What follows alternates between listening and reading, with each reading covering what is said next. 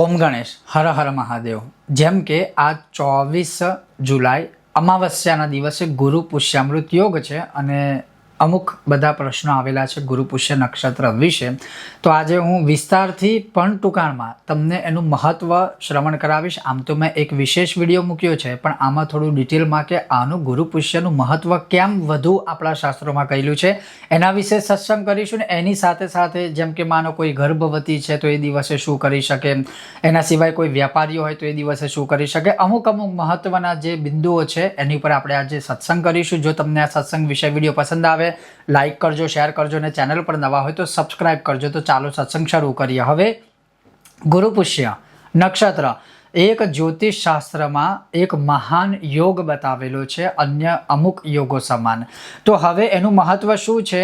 તો ગુરુ એટલે બૃહસ્પતિ અને પુષ્ય નક્ષત્ર એટલે કે પુષ્ય નક્ષત્ર જેના સ્વામી શનિ છે।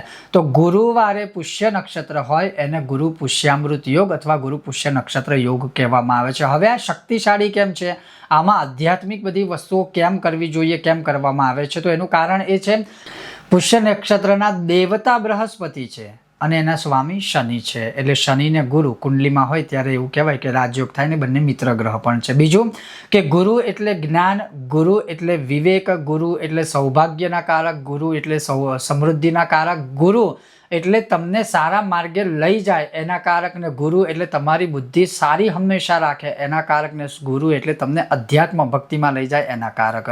એટલે એ દિવસે જે કોઈ પણ આપણે કાર્ય કરીએ એનું જે ફળ છે આપણને લાંબા સમય સુધી શુભ આપે અને સફળતા આપે છે। એ જ રીતે એવું માનવામાં આવે છે કે જ્યારે લક્ષ્મીજીનો જન્મ થયો ત્યારે એમનો જન્મ પણ પુષ્ય નક્ષત્રમાં થયો હતો, ગુરુ પુષ્ય નક્ષત્રની અંદર, એવું આપણા શાસ્ત્રોમાં પ્રમાણ પણ પ્રાપ્ત થાય છે। હવે આ વખતે જે 24 જુલાઈ 2025 ગુરુવારે ગુરુ પુષ્ય નક્ષત્ર છે, તો એમાં સૌથી પહેલાં શું કરવું? તો એની અંદર આપણે સોનાની ખરીદી કરી શકીએ, ચાંદીની ખરીદી કરી શકીએ, તાંબા પિત્તળની ખરીદી કરી શકીએ, નવું વાહન લેવું હોય તો ખરીદી કરી શકીએ, જમીન અને મકાન આવી કોઈ સંપત્તિ ખરીદી કરવી હોય તો એ બહુ જ શુભ માનવામાં આવે છે, તો એ દિવસે કરી શકાય। એના સિવાય ઘરની માટે કોઈ વિશેષ વસ્તુઓ લેવી હોય, ઘરના મંદિર માટે વિશેષ વસ્તુઓ લેવી હોય તો અવશ્ય ખરીદવી, કારણ કે એ દિવસે ખરીદેલી વસ્તુ છે બહુ જ લાંબી ચાલે અને આપણને ફળદાયી નીવડે। બીજા નંબરમાં એ દિવસે ઘર માટે હળદર, પીળી વસ્તુ, પીળું વસ્ત્ર કે આવી કોઈ વસ્તુ છે એની પણ અવશ્ય ખરીદી કરવી। નવો કોઈ કાર્ય કરવું હોય તો એનો પ્રારંભ કરવો, ચાહે વ્યવસાય હોય, નવી ઓફિસ ખોલવી હોય, એનું ઉદ્ઘાટન કરવું હોય, નવા કોઈ પ્રોજેક્ટ કરવા હોય કે નવી જોબ તમારે એમાં જોઈન થવું હોય કે આ બધું કરવા માટે પણ ઉત્તમ દિવસ છે।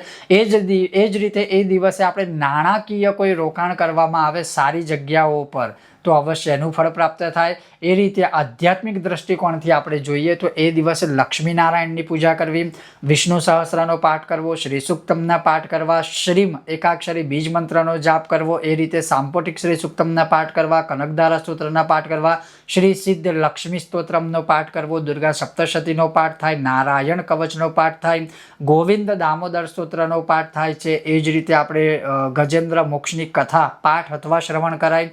આ બધું વિશેષ ફળદાયી હોય છે। એ દિવસે પીળી વસ્તુઓનું દાન કરવું, જેમ કે પીળું કપડું, પીળું વસ્ત્ર, ચણાની દાળ, હળદર છે, ગાય માતાનું ઘી, આ બધું કોઈ તમારા વિદ્વાન ગોળ મહારાજને અથવા જેને જરૂર હોય એને, અથવા જે ખરેખર નિર્ધન છે, ગરીબ હોય એને, અથવા કોઈ મંદિરમાં તમે આ દાન કરો તો એ અધિકસ્ય અધિકમ ફલમ એટલે કે બહુ જ ફળ આપનારું થાય છે। એ જ રીતે ગુરુ પુષ્યામૃત યોગ અત્યંત શુભ હોવા છતાં પણ એ દિવસે ક્યારેય લગ્ન થાય નહીં તો એ લગ્ન માટે અશુભ છે। એની પાછળ ઘણા બધા કારણ છે કે ગુરુ પુષ્યામૃત યોગની અંદર વિવાહ કરીએ તો વિચ્છેદ થવાની સંભાવના રહે છે અને બીજા ઘણા બધા અસૌભાગ્ય એને માનવામાં આવે છે। બીજા નંબરમાં કોઈ પણ જ્યારે ગર્ભવતી હોય તો ગુરુ પુષ્ય નક્ષામૃતની અંદર ગુરુ પુષ્યામૃત યોગમાં કે નક્ષત્રમાં જો ગૌ માતાના ઘીમાં કેસરના તંતુ અંદર થોડા પધરાવી અને દૂધનું સેવન કરે તો એ બાળક માટે અને જે માતા છે એના માટે અને ગર્ભમાં સ્થિત આખા શરીરની ઇન્દ્રિયો છે એના માટે બહુ જ ઉત્તમ છે। તો અવશ્ય એ દિવસે ગર્ભવતી મહિલાઓએ પોતાના સ્વાસ્થ્યને અનુકૂળ હોય એ પ્રમાણે જો દૂધમાં, ગાય માતાના દૂધમાં થોડું કેસર નાખીને પીવામાં આવે તો એ લાભદાયી નીવડે છે।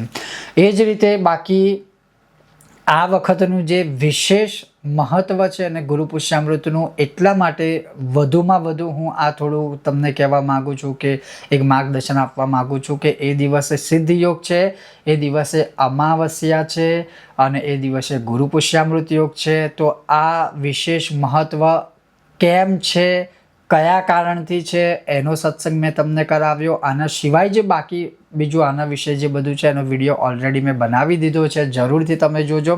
અને છતાં હજુ પણ તમારા મનમાં કોઈ પ્રશ્ન હોય આ વિશે તો તમે પૂછી શકો છો. ખૂબ જ જલ્દી પાછા નવા વિષય વિડીયો અને સત્સંગ સાથે મળીશું. ત્યાં સુધી તમે જોતા રહો. ચાલો સત્સંગ કરીએ મારી સાથે. ઓમ ગણેશ હર હર મહાદેવ.